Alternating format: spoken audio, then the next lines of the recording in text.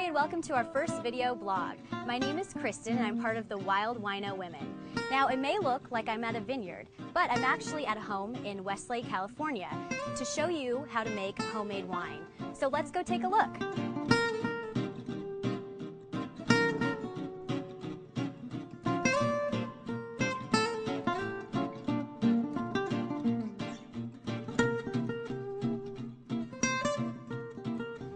Okay, Elmer, so what are you pouring right now? This is 2006 Zinfandel from Paso Robles. But this is what you've made. Right? This is homemade in my garage. And there's a word for that, right? A yeah, term? It's called Lee Garagists. People who make wine in the garage. This is fantastic. Thank you. I like it too. So this is everything that you've been making. So you've been... Well, I started making wine in 2005. I used to make wine from juice. I buy juice on the internet. This is the first bottle I ever vinted or bottled. The name comes from a small town called Barnala in India, North India, where my family is from. Okay, so it has my significant... dad. Okay. Yeah, my dad is from Barnala, India.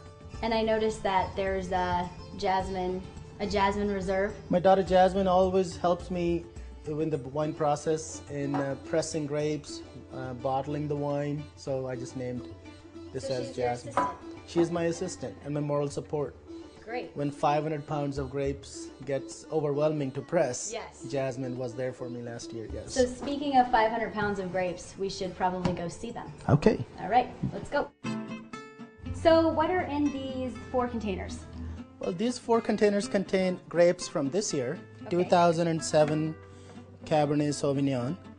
These grapes were bought from Paso Robles and they're in primary fermentation stage. This will be followed by pressing and secondary fermentation starts, and then we get wine. So what are these bubbles? These bubbles are carbon dioxide being emitted by fermentation of sugar to alcohol. This is carbon dioxide bubbles. Yeast helps in making alcohol from sugar. So all 4 containers have the same thing. So how much is this in total? These are 500 pounds of Cabernet Sauvignon. Okay, so what's the next step? The next step is the pressing. So this is my press. This is not being currently in use right now, so I haven't used it in more than almost a year.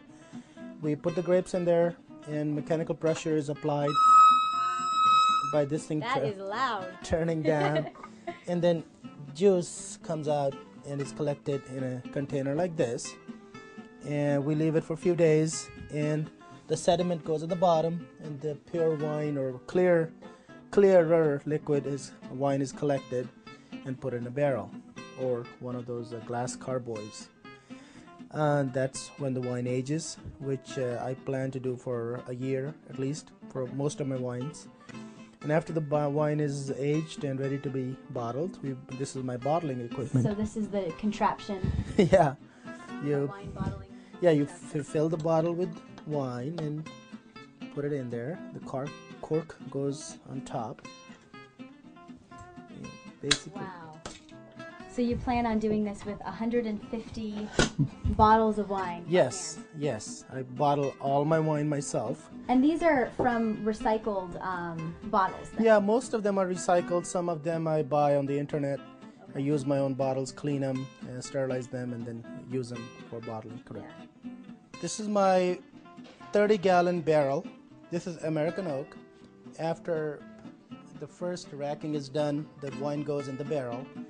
And I plan on keeping the wine in the barrel for about 6 to 7 months so I don't over oak it, and then put it in the glass carboys for further aging.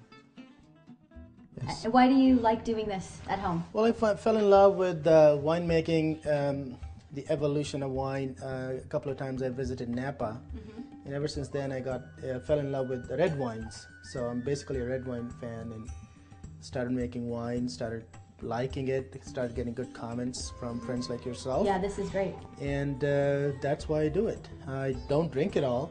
It's basically for friends and family. Because you don't want to just drink just your wine. Then you can get your what is called your wine palate. Yes. You don't want that. You want to experience it with other people and share other people's wine with you. So hopefully you'll be one of our great local winery owners one of these days. That's my goal. By the time I retire, maybe I'll have a little winery on my own. Yes. Well, thanks for sharing your passion and your hobby, and it's great. Thank you very Cheers. much. Cheers.